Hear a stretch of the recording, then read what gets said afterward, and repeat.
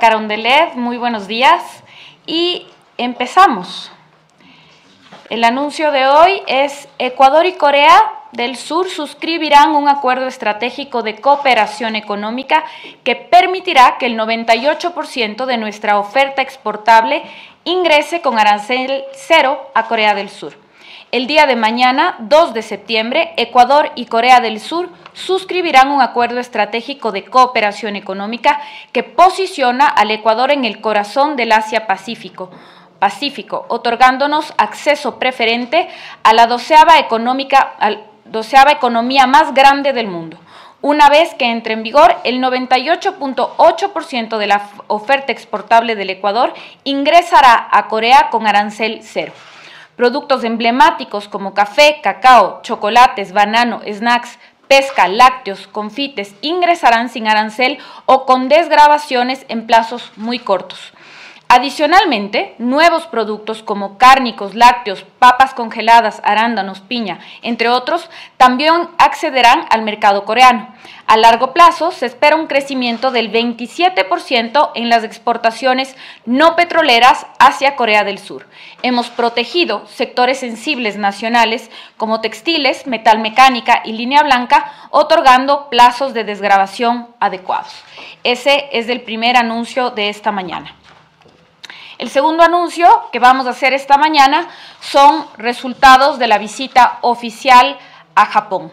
Después de más de una década de gestiones, ha sido finalmente confirmado por el primer ministro, así como miembros del Parlamento y ministros de Estado, que en las próximas semanas se prevé la llegada de una misión técnica que inspeccionará los procesos fitosanitarios del país para avanzar hacia la firma de un memorando de cooperación que siente las bases para determinar un eventual acuerdo comercial con Japón.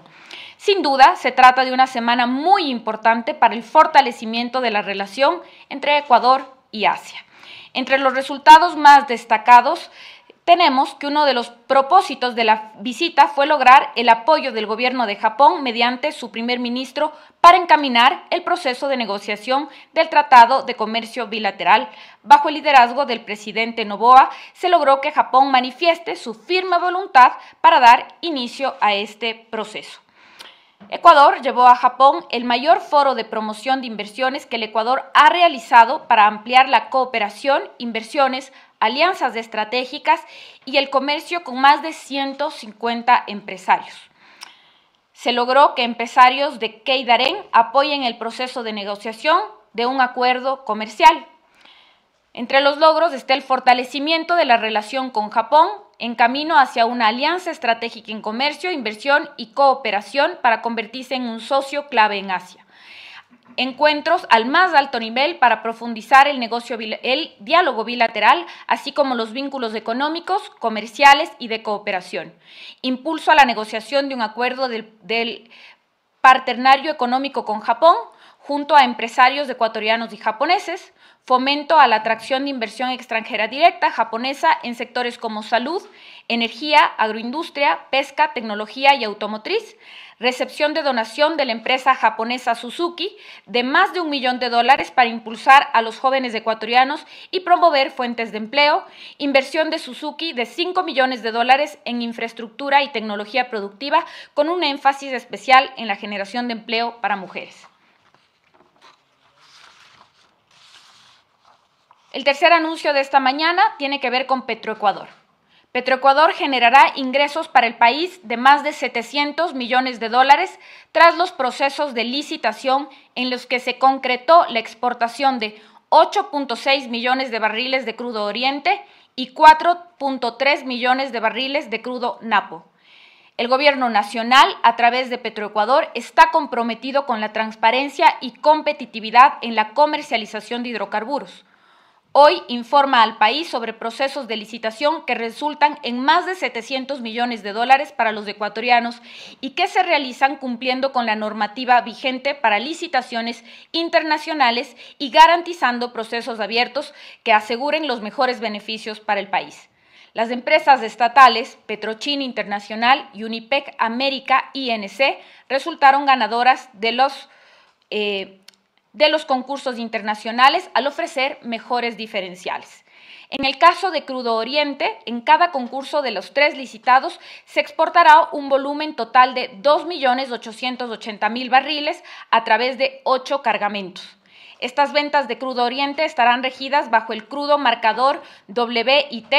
A estos procesos se invitaron a más de 30 empresas, de las cuales 14 presentaron ofertas entre 3 concursos, empresas que se encuentran calificadas en el registro de proveedores de la Gerencia de Comercio Internacional de Petroecuador. En el caso de Crudo Napo, en el primer concurso se exportará un volumen total de 1.440.000 barriles a través de 4 cargamentos. 9 ofertas entre los 3 concursos, mismas que se encuentran calificadas en el registro de proveedores de la Gerencia de Comercio Internacional de Petroecuador EP. Estas ventas de Crudo Napo estarán regidas bajo el marcador WTI. Esos son los anuncios de esta mañana y con esto quiero dar paso a las preguntas, por favor. Ayúdenme con el micrófono. ¿Sí? Buenos días, Carolina. Sobre el tema de lo último que anunció de Petroecuador, de los 3 concursos, podemos saber estos concursos 4 concursos, ¿en qué tiempo fueron, más o menos en qué mes corresponden? Y si nos puede repetir, Petrochina, ¿cuáles ganó y Unipec, cuáles ganó? Solo para precisión, porque primero dio el volumen total, pero más bien queríamos saber cada concurso qué empresa ganó. Ahora te digo.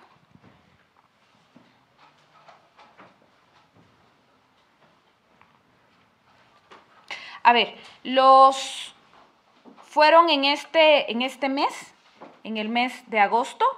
Obviamente, Petroecuador, de la información que me entregó, se está haciendo un trabajo permanente para mejorar tanto en términos de competitividad, tener más empresas que puedan participar, hacer mucho más competitivos los concursos, mejorar los tiempos también para que sean más largos el tiempo. Digamos, ahora se manejan 2 meses, extender los tiempos. Entiendo que estos concursos fueron en estos últimos 2 meses, obviamente también por los problemas que atravesamos con el SOTE. Y si no estoy mal, Crudo Oriente, Petrochina y Unipec Crudo Napo, pero quisiera confirmarte ese dato también con Petroecuador. Carolina, ¿cómo le va? Buenos días, Álvaro Terán de Televicentro. A mí me gustaría referirme particularmente a la visita del secretario de Estado de los Estados Unidos, Marco Rubio, a Ecuador. Hoy en la mañana se había esbozado una suerte de agenda preliminar que cumplirá. Me gustaría ahondar en qué actividades participará Marco Rubio y sobre todo me gustaría circunscribirme al anuncio que hace la canciller de que Ecuador estaría dispuesto a recibir migrantes deportados de terceras naciones, alrededor de 300 por año. ¿Cuáles son los criterios para haber tomado esa decisión? Y no sé si usted, me parece que hace 2 semanas ya hablaba de que Estados Unidos había ofrecido a Ecuador reducir el arancel de 15% al 0% a ciertos productos. No sé si de pronto puede ser a cambio lo de los migrantes, a cambio de esta reducción arancelaria. ¿Qué se ha pensado en estos 2 temas importantísimos y que seguramente estarán en la agenda de diálogo del presidente y el secretario de Estado? Claro. Vamos primero con lo de Marco Rubio. La agenda de Marco Rubio en realidad arranca el día de mañana con una reunión preparatoria a la que ha convocado el Gobierno Nacional a los alcaldes de las principales ciudades del Ecuador el día de mañana en la Cancillería. Están convocados los alcaldes de Quito, Guayaquil y Cuenca a una reunión preparatoria donde se pretende revisar los principales asuntos sobre la seguridad del Estado ecuatoriano. Esta reunión se pretende realizar con el fin de que se discuta, como ya les menciono, los principales asuntos inherentes a la seguridad del Estado y de cara a la llegada de Marco Rubio el día de mañana en horas de la noche. La agenda del secretario de Estado Rubio arranca el día jueves a las 9 de la mañana aquí en Carondelet, con una reunión con el señor presidente Daniel Noboa, la señora canciller y el encargado de negocios de la embajada norteamericana. Luego de esto se tendrá una reunión con algunos miembros del gabinete y a las 10:30 de la mañana se hará una rueda de prensa a la que, por supuesto, ustedes estarán invitados. Eso en cuanto a la agenda de Marco Rubio. Creo que es importante resaltar la importancia que tiene la reunión que se dará el día de mañana en la Cancillería con los alcaldes de las principales ciudades del Ecuador, puesto que ahí se van a discutir varios asuntos de la seguridad del Estado ecuatoriano en una suerte de preparación de cara a lo que se discutirá con el secretario de Estado norteamericano. Eso respecto a la agenda de Marco Rubio. La otra pregunta que me hacías era sobre lo que anunció hoy la canciller del Ecuador. En efecto, esto se encuentra aún en un proceso de diálogo, es decir, no hay una decisión tomada, entonces no podría, como lo he dicho varias veces en este espacio, no podría referirme a algo que no es aún un anuncio o una decisión del Estado ecuatoriano. Hay un diálogo fluido y permanente con los Estados Unidos que nos permite tener estas visitas como la que tendremos del secretario de Estado. Entonces, no es una decisión tomada, lo ha dicho ya la canciller, es producto de un diálogo permanente que tenemos con los Estados Unidos. Y respecto de los aranceles, de acuerdo a la última conversación que tuve con el ministro Jaramillo, aún se encuentra en un proceso de negociación que esperemos tenga unos resultados favorables porque está encaminado hacia ello. Por favor. Carolina, ¿cómo estamos? Buenos días. Daniel Borja de TC Televisión.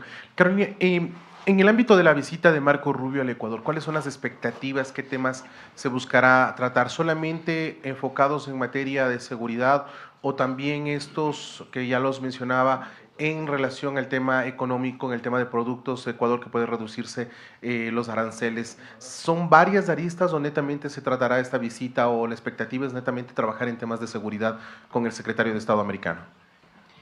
Bueno, la agenda que nosotros mantenemos con los Estados Unidos tiene tres ejes principales, la seguridad por un lado, el combate a la migración irregular y el desarrollo económico.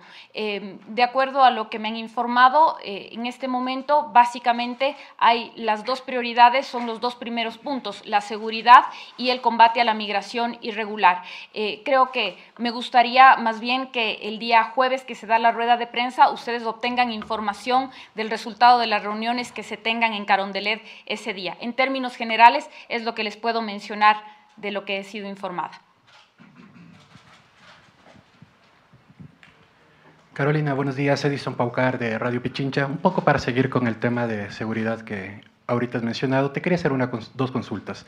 Entre enero y julio de este año han sido asesinados 336 menores de edad en el país, que representa un aumento del 51% respecto al mismo periodo del anterior año. La primera pregunta era qué acciones concretas está tomando el gobierno para detener esta escalada de violencia contra los menores de edad. Y una segunda pregunta es que pues, los puertos de Guayaquil, Pozorja y Machala son las principales salidas de drogas según informes internacionales como la Organización Mundial de Aduanas. Además, la anterior semana la autoridad portuaria de Guayaquil se declaró en emergencia por temas de extorsiones e inseguridad. La segunda pregunta era cuál es el plan inmediato del gobierno para recuperar el control de los puertos, sobre todo estos tres puertos de Guayaquil, Pozorja y Machala. Gracias. Gracias. A ver, como lo mencioné la semana pasada, está en vigencia una estrategia por parte del bloque de seguridad que pretende desplegar varias acciones en términos de controlar todos los eventos de violencia que hay en el territorio ecuatoriano. De hecho, cuando hablamos de los menores de edad, el presidente tomó una decisión respecto de la erradicación del reclutamiento de los menores de edad por parte de los grupos de delincuencia organizada, que es una de las prioridades que tiene el gobierno nacional.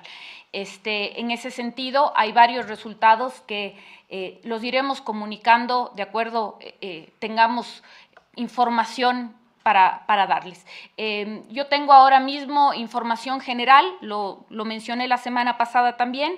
Hay 11 objetivos de alto valor que han sido dados de baja de los 18 identificados, 109 objetivos de intermedio valor de los 249 identificados, 847 operativos ejecutados de afectación a grupos de delincuencia organizado, 7.170 armas de fuego incautadas, y así algunos datos que pudiera compartirles. Me gustaría que sea el ministro Reinberg quien pueda compartir información más detallada sobre el bloque de seguridad. Esto es lo que yo podría informarte de momento respecto de la pregunta que me haces. Vocera, muy buenos días, Carlos Chamorro de Radio La Luna. Sí, con relación al tema del que el gobierno de Javier Milei justamente retiró la postulación al Consejo de Derechos Humanos de la Organización de Naciones Unidas y justamente Ecuador podría presidir esta postulación, ¿qué conocimiento tiene de aquello y cuál sería la postura del gobierno nacional? Y por otro lado, ¿qué tan cierto es que la ministra de Energía y Minas, Inés Manzano, ha recibido el beneplácito como embajadora en Reino Unido? La verdad, no conozco el tema que me estás consultando. No tengo conocimiento sobre eso. Enrique. ¿Qué tal, Carolina? Buenos días. Dos preguntas, dos diferentes temas. El primero, ¿valió la pena la marcha que hizo el presidente de la República a la Corte Constitucional para demandar a los 9 jueces y haberlos publicado sus fotos en las diferentes calles? ¿Valió la pena cuando los abogados que les ha tocado sustentar la defensa no han podido demostrar los objetivos del Ejecutivo? Y valga la pregunta respecto a los niños. Uno de esos temas que está siendo cuestionado en la Ley de Integración Nacional Pública es justamente el tema de la inconstitucionalidad del tratamiento a los niños que caen en las garras de los narcotraficantes. ¿Valió la pena la marcha? Siempre una manifestación ciudadana es válida en términos de demandar que los organismos institucionales, los organismos del Estado cumplan con su trabajo. Finalmente, la Corte Constitucional y quienes hoy hacen la argumentación frente a los magistrados tienen que cumplir un deber, que es defender la constitucionalidad de las leyes. Y en ese sentido, creo que se está cumpliendo con el objetivo que, en este caso, el equipo jurídico está llevando a cabo. Ha sido cuestionada la participación, el trabajo de los jóvenes pasantes, como los tratan al representante de la Asamblea como al representante del Ejecutivo en estos tratamientos de las inconstitucionalidades. Es, por decirlo menos, inapropiado referirse a profesionales de esa manera, Enrique. El segundo tema, hoy día se inaugura el año escolar 2025. Entonces, las cuentas que hacen los diferentes organismos han cerrado muchas escuelas no privadas, sino particulares, decía un dirigente de la UNE, y esos niños buscan las escuelas públicas. ¿Hay suficiente espacio para los niños? Esperemos que sí, yo digo, ¿no? Pero sabemos que es por la pobreza, por la falta de trabajo, por lo que no alcanzan los recursos. Entonces, la pregunta es, ¿el Estado está preparado para recibir a los niños que vienen de las escuelas que están cerrando las puertas o a las que ya no van los niños?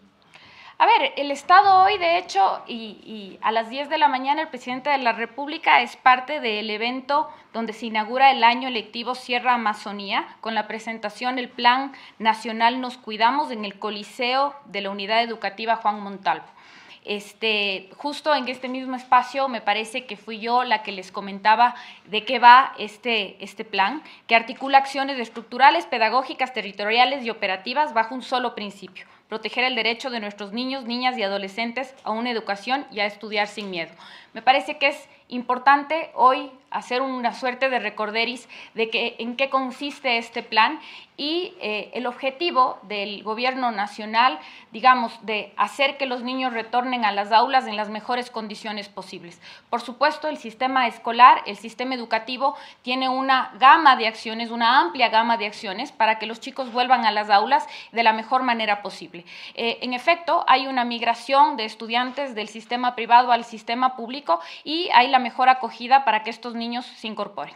Muchos del sistema público han terminado abandonando los estudios, casi 400.000 en estos últimos 6 años. En este espacio también di cifras y te ofrezco enviártelas del esfuerzo que ha hecho el gobierno y de la cantidad de chicos que se han reinsertado a las aulas en un programa de reinserción escolar que ha sido bastante exitoso. Y no solo chicos, sino también adultos que han logrado reinsertarse para terminar los años de colegio.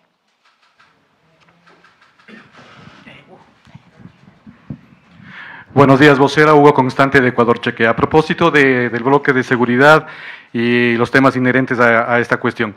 En el primer año de conflicto armado interno se registró un aumento alarmante de denuncias por abusos de agentes estatales, según lo han documentado diversos organismos de derechos humanos y medios de prensa también. Por ejemplo, los casos de tortura pasaron de 52 en 2023 a 195 en 2024. Las ejecuciones extrajudiciales pasaron de 6 a 19 y las extralimitaciones en el servicio subieron de 118 a 272. La pregunta concreta es, ¿qué acciones está tomando el gobierno frente a estas denuncias que están documentadas a propósito? ¿Y cuál es la posición de la presidencia respecto a que las cifras muestren este incremento tan fuerte de abusos estatales en el marco del conflicto armado interno? Gracias.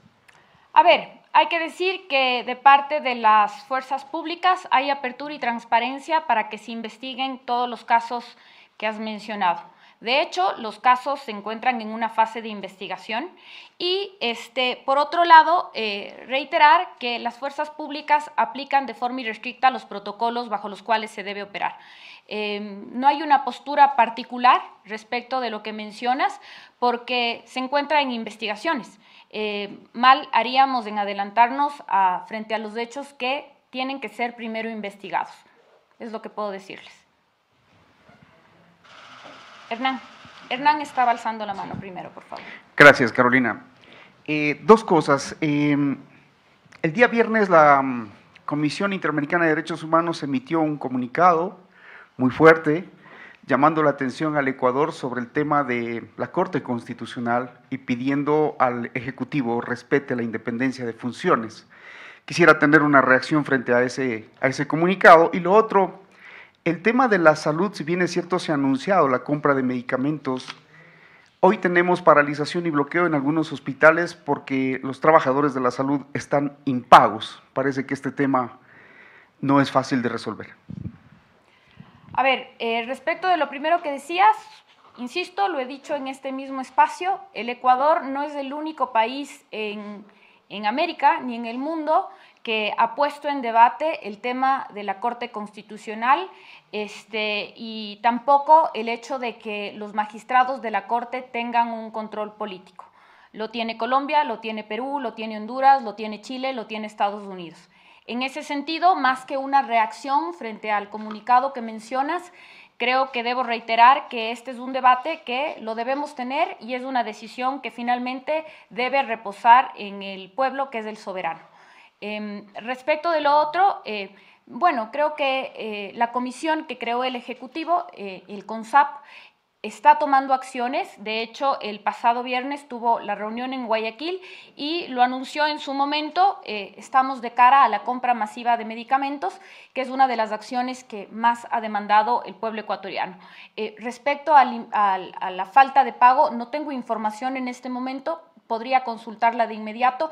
No creo que se trate de funcionarios públicos, probablemente estamos hablando de proveedores. Emilio.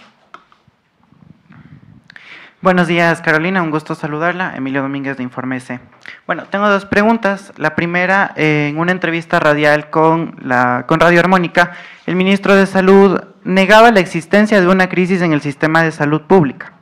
Me gustaría consultarle si de parte del gobierno se reconoce que existe una emergencia y una crisis en el sistema de salud pública que tiene que ver con el desabastecimiento de medicinas, de insumos, además del retraso en el pago de personal.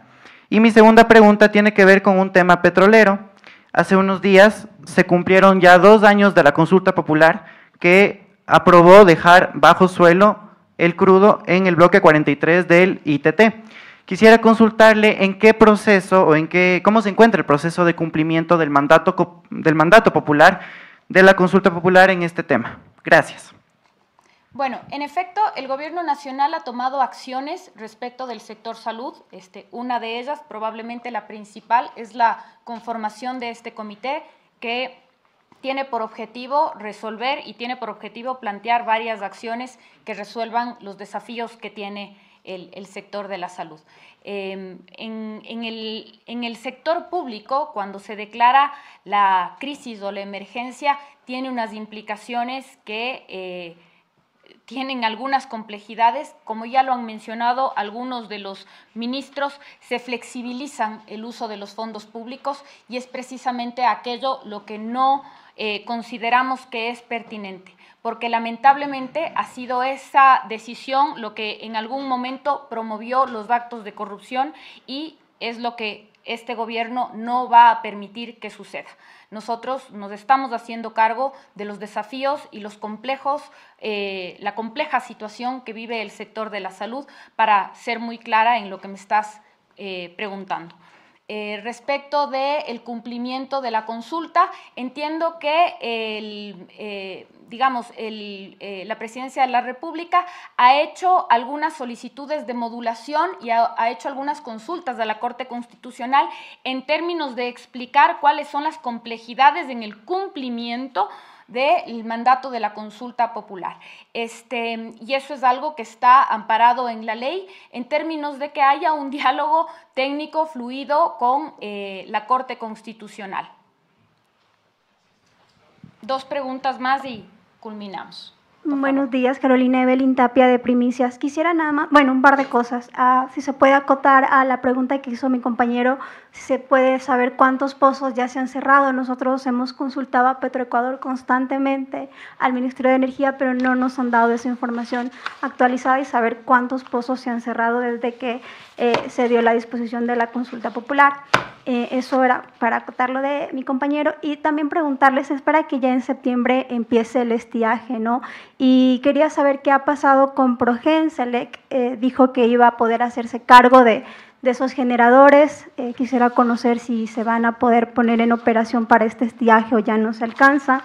Y también conocer más detalles sobre la contratación de esta nueva barcaza por 230 megavatios, cuánto va a costar y por qué se está lanzando el proceso para 2 años y se esperaría más bien que el gobierno implemente energía de generación propia y no tanto en alquiler. Y sobre el anuncio que hizo para el tema de Japón, conocer cuándo vendrá la misión. Entiendo que son personas de gobierno de Japón que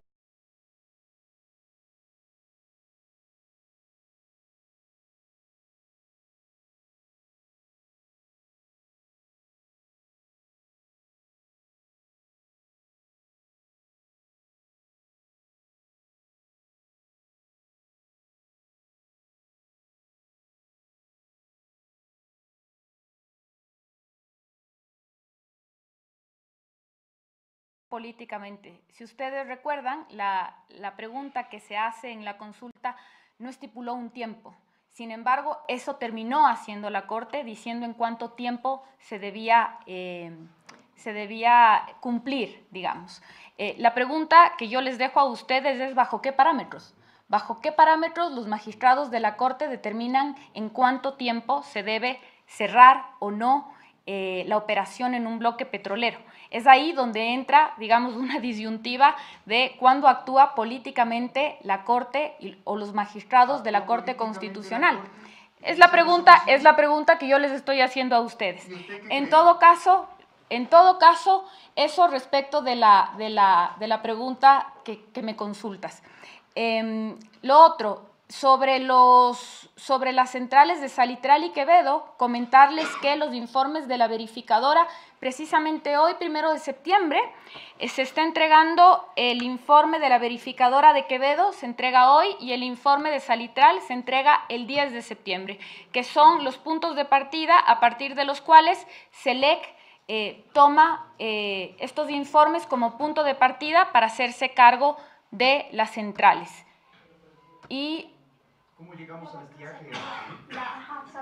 Sé que se está contratando una barcaza de 230 megavatios por 2 años.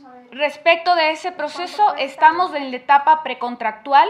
¿Qué quiere decir la etapa precontractual? Que hemos hecho ya el informe de necesidad, luego del informe de necesidad, y esto es puramente lenguaje de compras públicas, informe de necesidad, términos de referencia previsionales, estudio de mercado, y luego del estudio de mercado vienen los términos de referencia definitivos que nos permite a nosotros tener ya el proceso en el portal de compras públicas.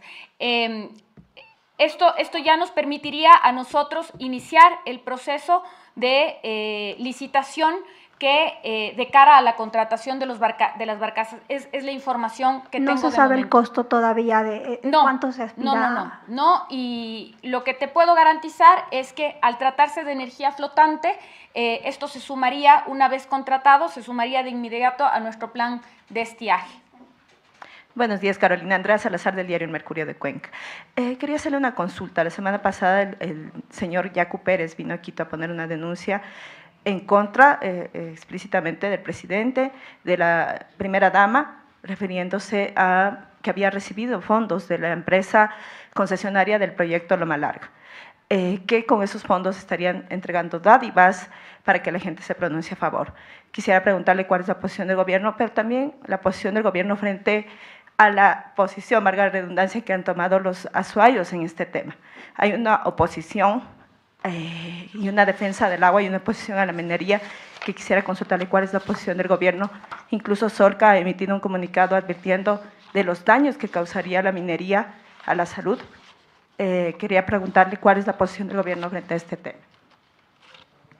A ver, respecto de aquello, creo que vale la pena hacer memoria. Fue este mismo gobierno, y de hecho fue en su momento la ministra Manzano, que amplió en 150.000 hectáreas el área protegida, déjame te doy el nombre exacto, del refugio de vida silvestre Machángara-Tomebamba.